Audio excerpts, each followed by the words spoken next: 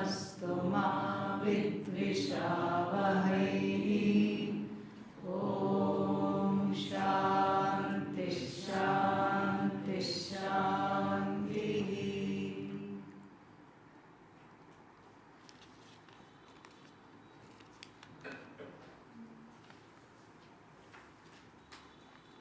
Ancient rishis and astral travel. How, why, when, where it used to be undertaken? All the time. Yeah. So, astral travel means Narada. Narada is a rishi who is a prime example of what is that? Interloka travel. He used to go everywhere. Vaikuntha, Kailasa, this loka, that loka. There was nobody who did not know him. That's a very prime example. That's why he is in the 10th chapter of the Bhagavad Gita eulogized as Rishinam Aham, Muninam Aham, Naradaha. The Bhagavan chooses to be Narada. So astral travel means in different dimensions. So these are all associated with siddhis, various siddhis. You have the siddhi of parakaya pravesha, entering another body, telekinesis, this, even Hanumanji had all these siddhis. When he was leaping from from Rameshwaram to Jaffna, he leapt. That is the closest distance. And when he was leaping, some beast came out of the water, some monster, and she said, in the last birth you had promised that I could eat you in the next life. So next life you are here now, so you have to let me eat you. He said, sure. And he became tiny. He became a little bee, went inside her mouth and came out before she could close it. So like this, these are all siddhis. Astral travel is also siddhi. What we have to remember is, after going everywhere and coming back, you are where you are. You are where you were. That is where were we before the knowledge. So after the knowledge, you can do whatever you want. And this is easy to say because you won't want to do whatever you want, because it is already very fulfilling. So the astral travel, even if you find out how to go and go there, it's not going to help take away the primary reason why we are here. And why are we here? To dismiss Atma Ajnanam. That is why. So astral travel can be fun, I'm sure. Yes.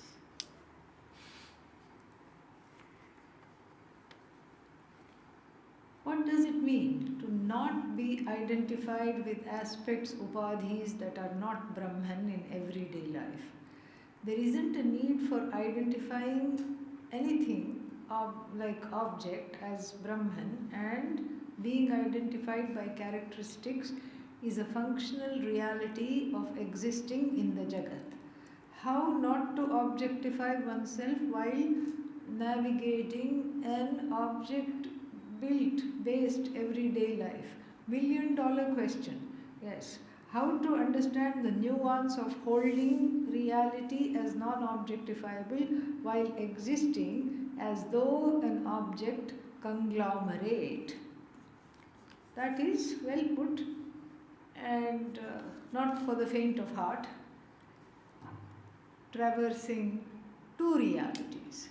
One is as though, one is where I live. So we can look at it from two examples. One is like a Rama Leela. Rama Leela is the story of Rama that is enacted for 10 days in the rural areas. Just now in the festival that just went, what was that? 9-day Dashera, 9-day Navaratri, 9-day festival. So on the last day, on Vijayadashmi, everything is done and whatnot. So the person who is playing Rama is actually the village blacksmith. He looks young, he's got lot of muscles, he's very well built, and they have chosen to put him in the cast. And then when he plays Lord Rama, very popular, looks very nice in the costume also. And the identification is complete. And then what? All the people come and touch his feet. And he's not a very good blacksmith either, procrastinates and all. But all that is forgotten. For when? These 9 days. The people have transcended the blacksmith to see in him what? Rama. And the whole town, the whole village indulges him. He goes to the local toddy shop, the local bar, and gets free flowing everything. And then he goes to the vegetable shop, the lady gives him extra, few more things, because he is Rama. Even though he may not be in costume, those 9 days he is Rama. And then what? And then on the 10th day, if he continues to keep on wearing his costume and expect free toddy, free vegetables, and everybody to fall at his feet, what will happen? Nothing will happen. The person who owns the horse, whose horseshoe has not been mended, will come and beat him. And then what? The lady who said the handle of my pot has come apart, fix it, will hit him with the same pot. So therefore, there is a role that one is playing. This is one way to look at it. There is a role and there is a person. So who is the person in the example? In this example, who is the person? Blacksmith is the person. Village blacksmith is the person. What is the role? Rama. Purposely I took Rama Leela because it's a 9-day identification, so for a long time. And so Rama is the role, person is the blacksmith. And so the good things about the role, the joys and the sorrows of the role belong to what? The role, not to the person. This is what he did not understand. That's why he got whacked on the head with that same pot which he could not repair or was not repairing. The joys and the sorrows and the challenges of the role belong to the role. When I let them roll on to the person, then what happens? Then I think of myself as Sukhi Dukhi. And it is a one-way identification. The role cannot exist independently of the person. There is no Rama without blacksmith. So, the whole blacksmith is Rama, correct? Yeah. And then the Rama is non-separate from the blacksmith. Blacksmith is not Rama. This is what we have to know. Blacksmith is blacksmith. And so, this gets confused. The role becomes the person. Very unbecoming. But the role rolls on to the person. And then when I identify with the role, then what happens is that then the joys and sorrows and the kartritva, bhoktritva of the role, belonging to the role, I take it on. And for me to not take it on, what do I have to do? I have to do 2 things. First is, I have to have that inner space. I have to be able to say, no matter how difficult the situation is, okay, this is the role of Shishya. This is the role of daughter or son. This is the role of spouse. This is the role of mother, father. This is the role of co-worker, friend. I have to be able to delineate that. That's the first thing. That I am able to do only when my sense of I, what I really am, has to be strong. I know I am Brahman, but ... There are many blanks to fill. I am yet in the process of knowing this knowledge is not fully sitting and blessing me. So therefore, I make the primary role that of a bhakta. That's why every chapter, not just the chapter on Bhakti Yoga, is ending with Bhakti. 13th chapter ended with what? 2 verses on Bhakti. 14th chapter is also going to end with Bhakti. There is Bhakti, Bhakti, Bhakti everywhere, especially in the last Shatka, because that is the key to identifying properly with Brahman, because the object of Bhakti, which is Ishvara, is myself, and so that is a very short, so to speak, distance to go to. Very short little walk I have to do. So that is something which is very beautiful. So first I get comfortable, totally identified as in the role of the devotee, and then the devotee then becomes daughter, son. Devotee daughter, devotee son, devotee friend, devotee shishya, devotee mother, devotee father, devotee spouse, devotee co-worker, devotee employer, devotee employee, devotee citizen. You can keep on, doing that. The devotee has to be strong, and that has to become my primary role. Not just the role, but really my primary identity. When the bhakta is my primary identity, then all other things do not roll on to the person. I can practice that because I know I can go home to being a bhakta. So these are the 2 ways one really is able to not let the day-to-day overwhelm. So this is through the example of the role and the person. This is that, and through identifying with bhakti. Another way, and these 2 ways, the next way I am telling is not contradictory. It is alongside. It can be practiced. Another way is to be able to. How do we put it? Is to be able to see that whatever I am doing in the day-to-day, whatever there are, let's say there are duties, let's say there are some things to accomplish, whatever I have to accomplish, and all that I do it one after the other, and I make it a point to be present and inhabit what I am doing. Usually, when there is a conflation of emotions which do not belong, there is a dissociation.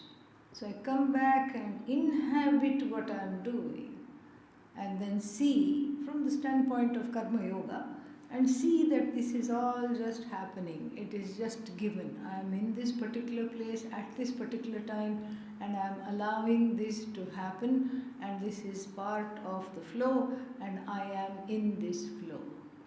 So allow it to happen and I make sure that I am present in every situation.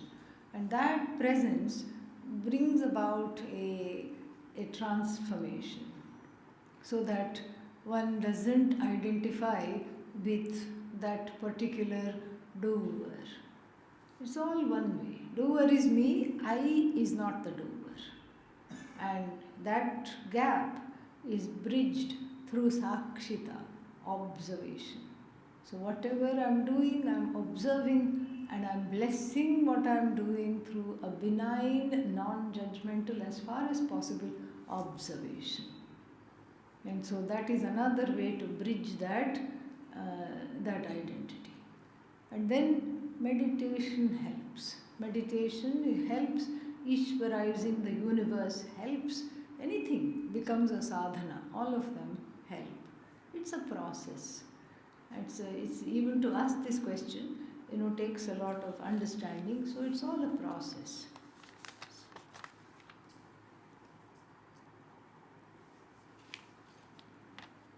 When there is mental, emotional pain, is it easy to separate? It is easy to separate pain and self. But how to separate during physical pain? How to deal with that? Yeah, some people find it difficult to separate emotional pain. Some people say it's easier to separate physical pain and localize it, it's the body, or something like that. Some people find it, like this question, harder to deal with the physical pain. So the physical pain first is first localized. Where does it hurt? The first answer that will come is what? Everywhere. Everywhere. Whole body is paining. This is what we will tell our friend. Ayyo, whole body is paining. Whole body is paining? Well, left side is paining. Whole left side is paining. Like this, if you go, then it turns out the smallest toe of the left foot is paining. Okay? So this localization is what is the first thing. And once it is localized, then one is able to observe and one does sakshita. And then the other thing to do is that to say, especially if it is chronic, it's very, very difficult to deal with chronic pain. And chronic pain is difficult to deal with because it seeps into the emotions. It's no longer physical. Then naturally the feeling will come, why I have to do this? Look at all the other people jumping around. I have this pain. Why me? Why I have this condition? And so it bleeds into the other aspects of the mind, of the emotions, of the feelings, and then it becomes very difficult. What one can say is to see it as part of the prarabdha karma. So, at the end of the day, one can say to oneself, one more painful day finished. That means what? How much ever there was to expend, it's one less the next morning. Next morning, especially if it's a chronic suffering, so many chronic things are there. The things that, in the beginning there is a lot of enthusiasm. You go for all kinds of tests and everything. And then the results come. And the doctor looks at the result and makes some clucking sound. They need not say anything. That itself is enough. Means what? You can't, there is not, well, there is some things you can do, and then yes, we always hope for miracles, and many people have found some relief doing this, that or the other, and you can do this and you can do that. But there is always surgery. How successful is that? Well, that also again, so many things. So then we just have to say, this is prag arabdham and prarabdha, that which starts. And prarabdha is something beautiful. It's not fatalism at all. It is actually a shock absorber. It's just so fascinating, this whole concept of prarabdha. Prarabdha means what? This is already there. And prarabdha is, two things we have to know about prarabdha. Prarabdha bhojanat kshayati. Prarabdha becomes less by eating. Just like you have a plate of food, right? 10 chapatis, 2-3 sabjis, and rice, curds, everything you have. When will it become less? After you eat. Okay, now how many there are? 9 chapatis, 8 chapatis, 7, 6, 5, 4, 3, 2, 1, 0. Okay, rice also polished off, sabjis polished off, empty plate. This is what prarabdha is. The more you endure, the less there is to endure. Because supposing it is, we don't know this, but supposing somebody has a prarabdha of 8 years of pain, let us say. 8 years of pain. So then, after 1 year of enduring this pain, how many years are left? Only 7, 6. You start counting down. So prarabdha is it's very astute of the sages to say this, that prarabdha means count down, which is nice. Count down is good. It's very nice. First thing to remember about prarabdha, so you wake up in the morning and say, how much ever pain I had to endure, one day khatam, gone. Next day, one day less, one day less, one day less. This is Upaya 1. Upaya 2 is not exactly an Upaya, it is, happens to be the truth. And what is that? What is Prarabdha? Ishwarena Dattaha, given by Ishvara, right? So that means what? It is not separate from Ishvara. We don't have some guy in the sky called Ishvara who is giving Prarabdha. No. It is Prarabdha is a manifestation of Ishvara. Karma is a manifestation of Ishvara. So that means if there is a lot of pain in my life, this is physical, emotional, whatever kind of pain, that means what? There is more Ishvara in my life. Satyamidam. This is not Upaya, this is the truth. Ishvara comes in many ways. And so the next time it pains, you say Ishvara. That is what it is. That's what it is. Presence of Ishvara is felt. Why is Ishvara coming in this form? This is a good time to ask him that, her that. Why are you coming in this form? Why aren't you coming just like in the religious Puranas and everything? The bright light comes into the room, and then there is what is that? Ishta Devata, Lord Satyanarayana right there, and I am thrilled and I am falling at his feet and all these things. Goddess right in front of me. Why aren't you coming in that form? Why are you coming in this way? There will be an answer. There is a reason for everything. And then you see, maybe the physical pain is being, is transforming a person in some way that we don't know. Maybe the physical pain is becoming, or the emotional pain is being a catalyst to produce something wonderful. That your upadhi is getting ready to give to the universe. There was the wonderful, what's her name? A neuroscientist who studied strokes and everything. And one day before she was in the prime of her life, never went to the hospital other than to treat people. No complaints whatsoever. And one day she woke up in the morning, nobody was there, she was by herself, and she understood all too quickly that she was having all the symptoms, textbook symptoms of stroke.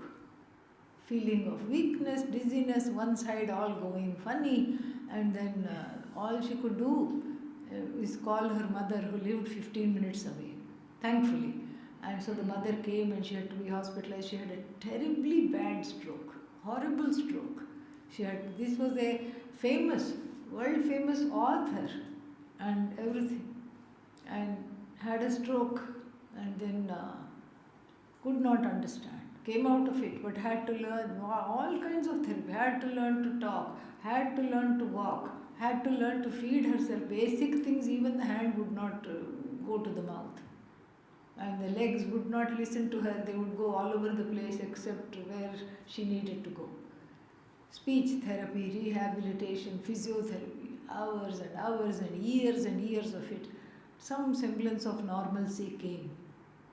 And then she wrote her next book, which was unlike any other book she had ever written. Her name is Jill Bolte, Bolte, and this book is called A Bolt from the Blue. She writes about the spiritual transformation as a result of this stroke, how humbling it was, and where she was at the top of her career, and what she missed, what she really did not know, and what she got as a result of this. Bolt or Bolte, something, I don't know, Bolte is her name. Bolt from the Blue or something like that it is called. Very, so that is what she made out of that stroke, because for the first time in her life, she could not interfere. She was not in charge. She was not in control. Bhagavan took control of her body and made her express, because she allowed it finally. She got to the place of allowing it. So even our own imperfections, difficulties, pains, sorrows, we let those imperfections give it back to Bhagavan. Just say it's yours. Why is it here? You only know. I don't know. You help it. You take it and do whatever you want with it. You give it back. And that is the best way to allow it to transform. It doesn't have to be in the form of a book or a painting or something earth-shattering. It can be something, just a message for you. It could be a message for your family. It could be a message just for 2 or 3 people. It could be a message just transforms you. That's enough. That's more than enough. And so pains will come. Definitely they will come. This is what we signed up for when we said we want a human body. Mishra, Papa will be there, Punya will be there. And so we process that. We process that by surrendering that pain itself and seeing what it wants to narrate, what it wants to change.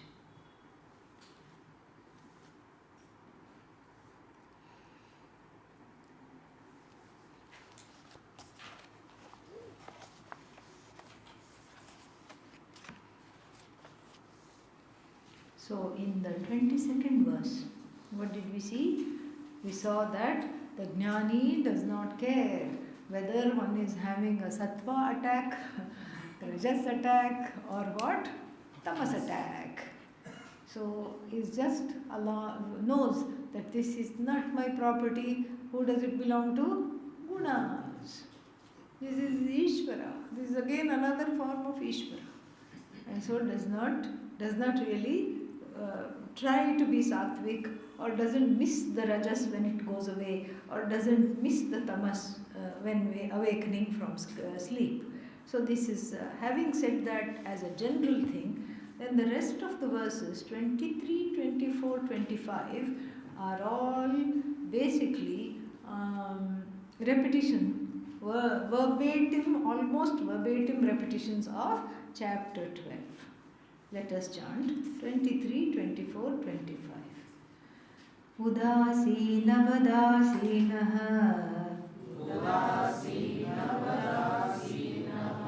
गुणैर्यो न विचाल्यते गुणा वर्तन्त इत्येव योऽवतिष्ठति निङ्गते समदुःखसुखस्वस्थः समलोष्टाश्मकाञ्चनः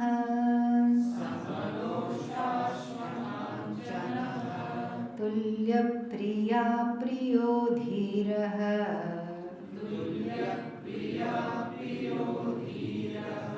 तुल्यनिन्दात्मसंस्तुतिः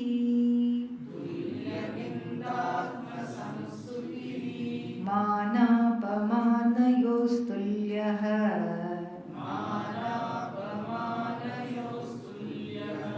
तुल्यो मित्रारिपक्षयोः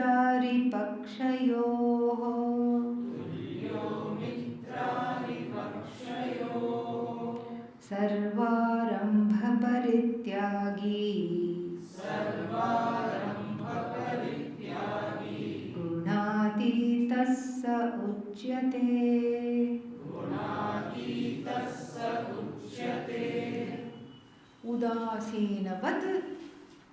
उदासीनवत् आसीनः, sitting as though indifferent to what? To everything that is going on. Udasinavat avadasinah, again lifted from previous chapters. 13th chapter also Udasinavad asinah had come. And so indifferent to whatever is going on within and without. It's easy to be indifferent to what is going on without, but inside There is no inside outside, but within the upadhi, if something is going wrong, one gets very identified and agitated. So udasinavat asinaha, sitting, yaha, the one gunaihi na vichalyate, is not disturbed by the gunas. Let the gunas do whatever they want. Why should I be disturbed? So then is not disturbed by the gunas. Why gunaha vartante? Gunas are there. Where? In the prakriti. Iti eva. Gunas are there. In the body, mind, sense complex, they are inert. I am the one who is noticing the gunas. They don't notice me. I objectify them. Iti eva yaha avatishtati. The one who is firm in this conviction, na ingate, does not move is not moved by the gunas. Then this also we have seen. Samas dukkha sukha. In times of sorrow and in times of happiness, what? Same. This is lifted from the second chapter. Dukkhesh vanudvigna manaha sukheshu vigatas prihaha. Same thing. Dukkhesu anudvigna. Anudvigna means one of unafflicted mind.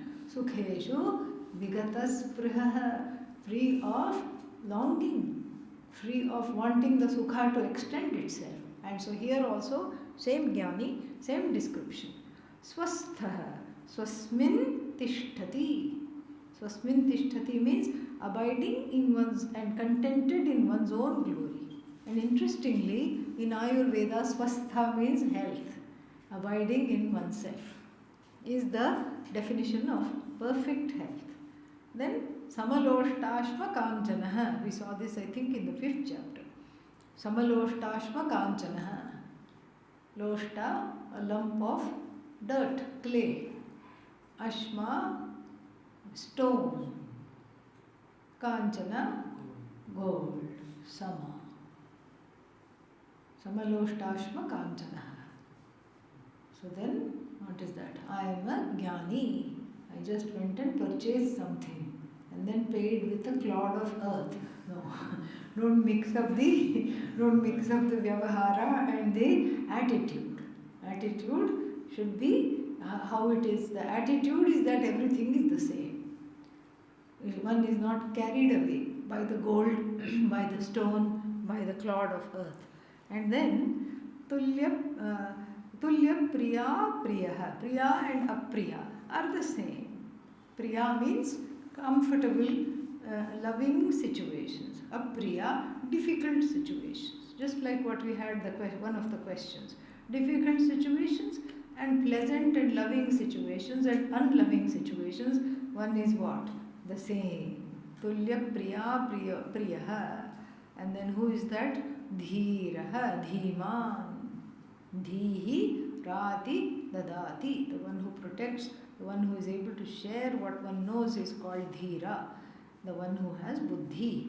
Then tulya priya priyo dhiraha, tulya ninda and atma samstuti.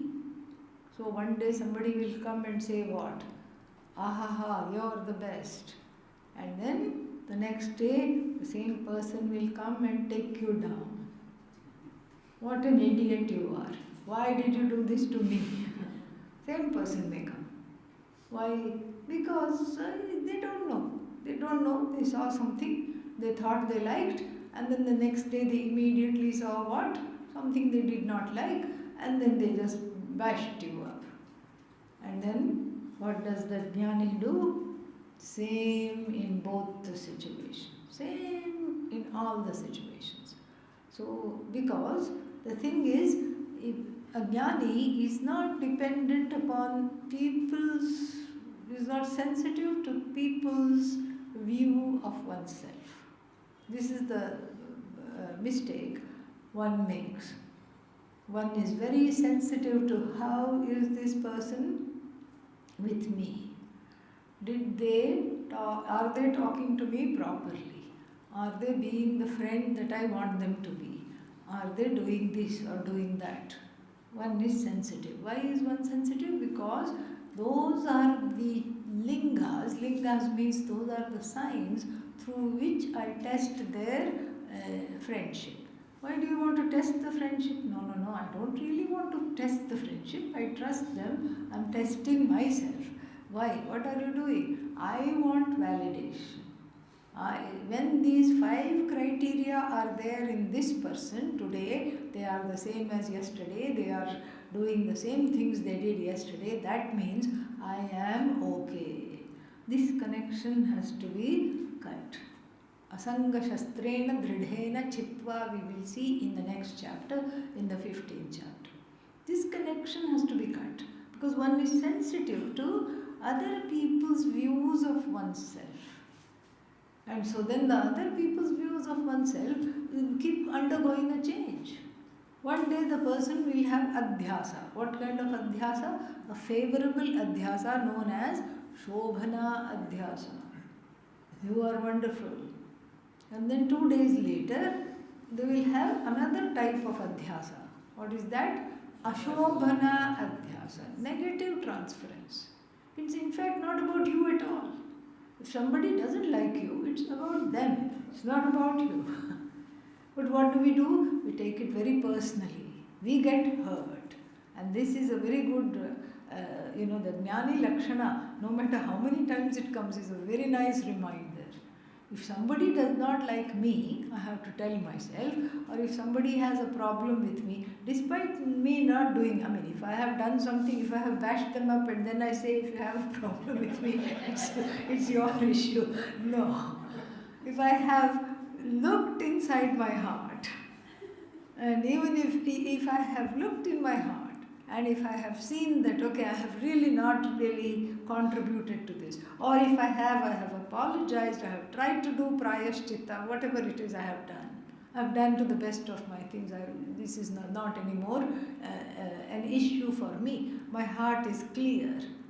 Then if they still don't have a favorable opinion, then it is their opinion. It's not my opinion. I should not make it my opinion. This is a very beautiful present of this verse. This is a gift of this verse. Tulya ninda atma samstutihi. Let them say, they are saying wrong things. Well, you know it is wrong, right? Yeah. Then why should you bother? You know you haven't done this. Somebody calls me a thief and I haven't stolen, then I should be okay with that. Why?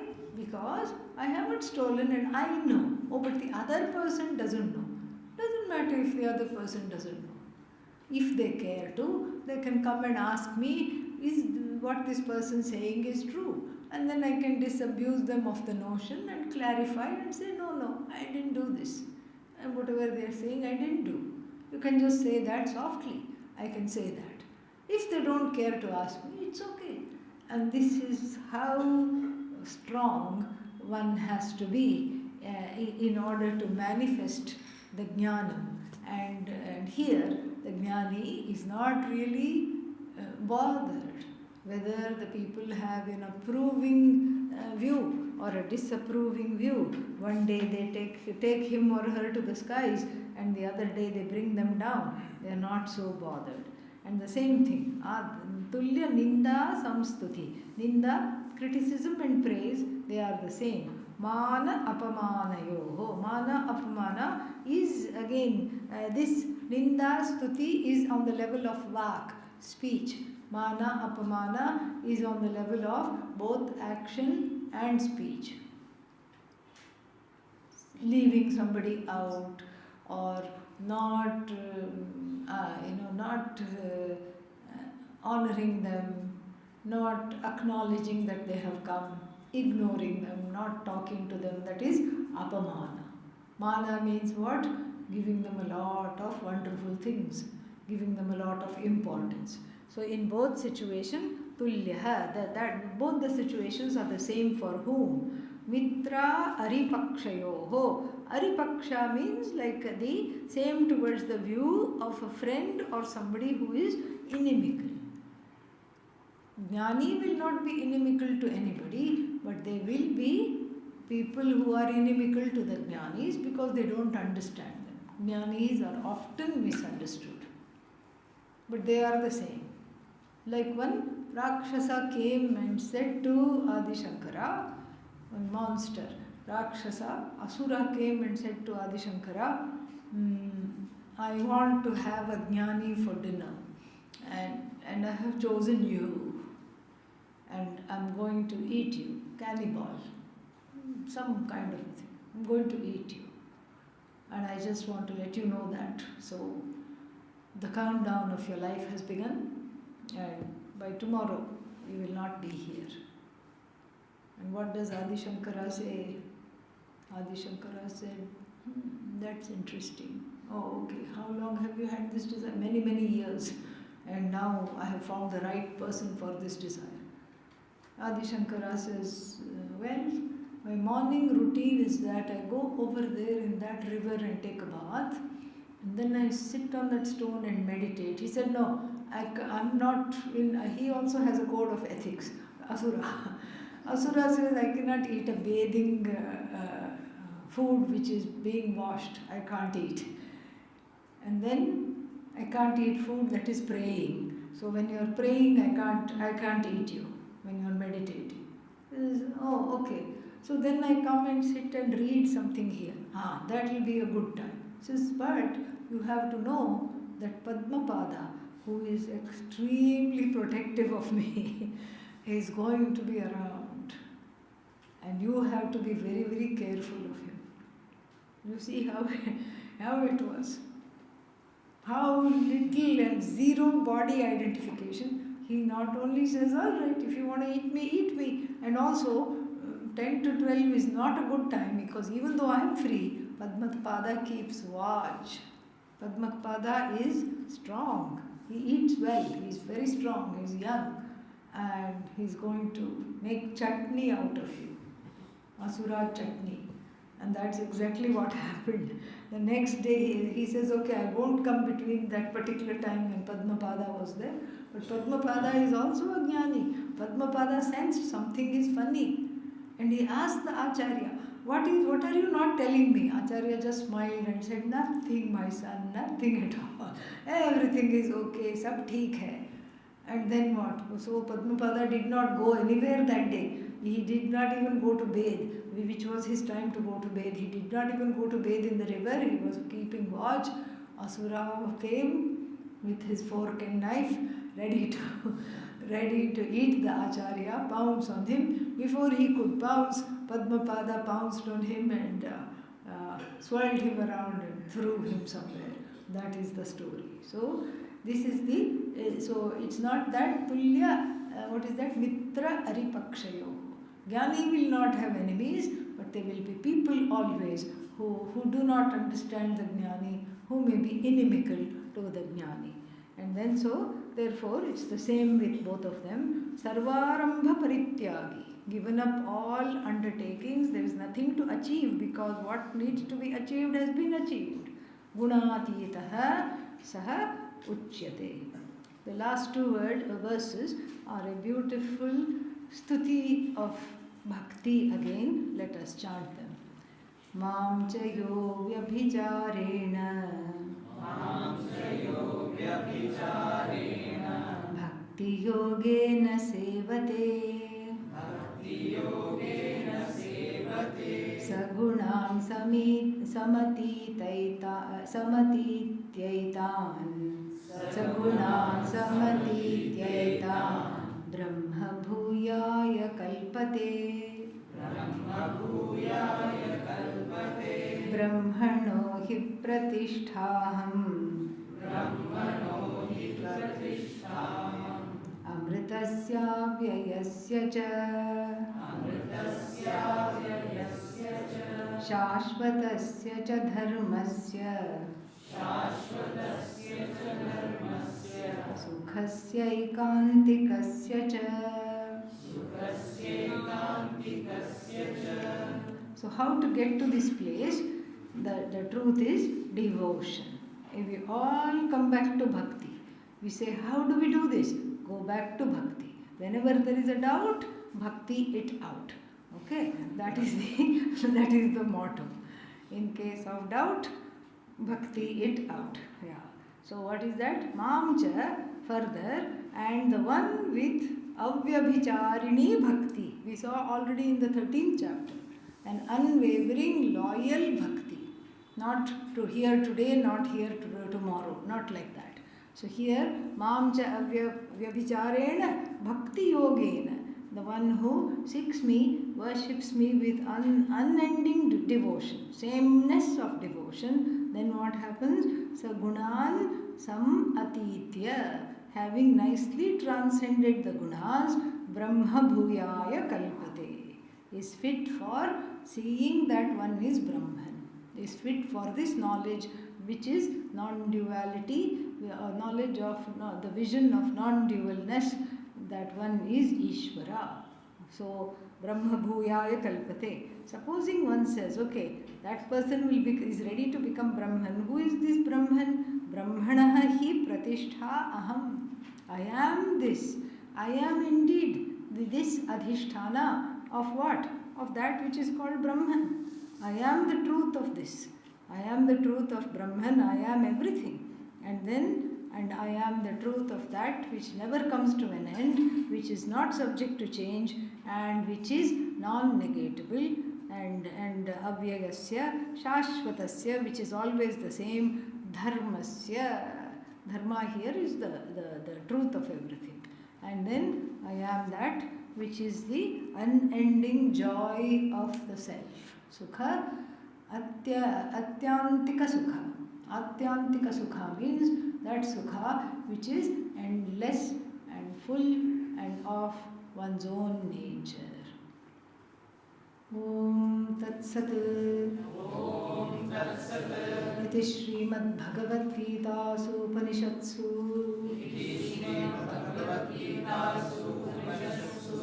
Brahma Vidyayam Yoga Shastre.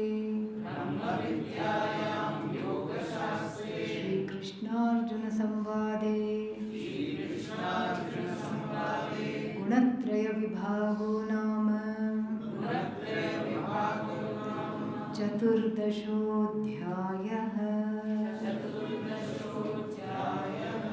Om Purnamadah Purnamidam Purnat Purnamudachyate Purnasya Purnamadaya Purnamevavashishyate. Om Shanti Shanti Shanti. Hari Om. Shri Gurubhyo Namaha. Hari Om. Don't even think about going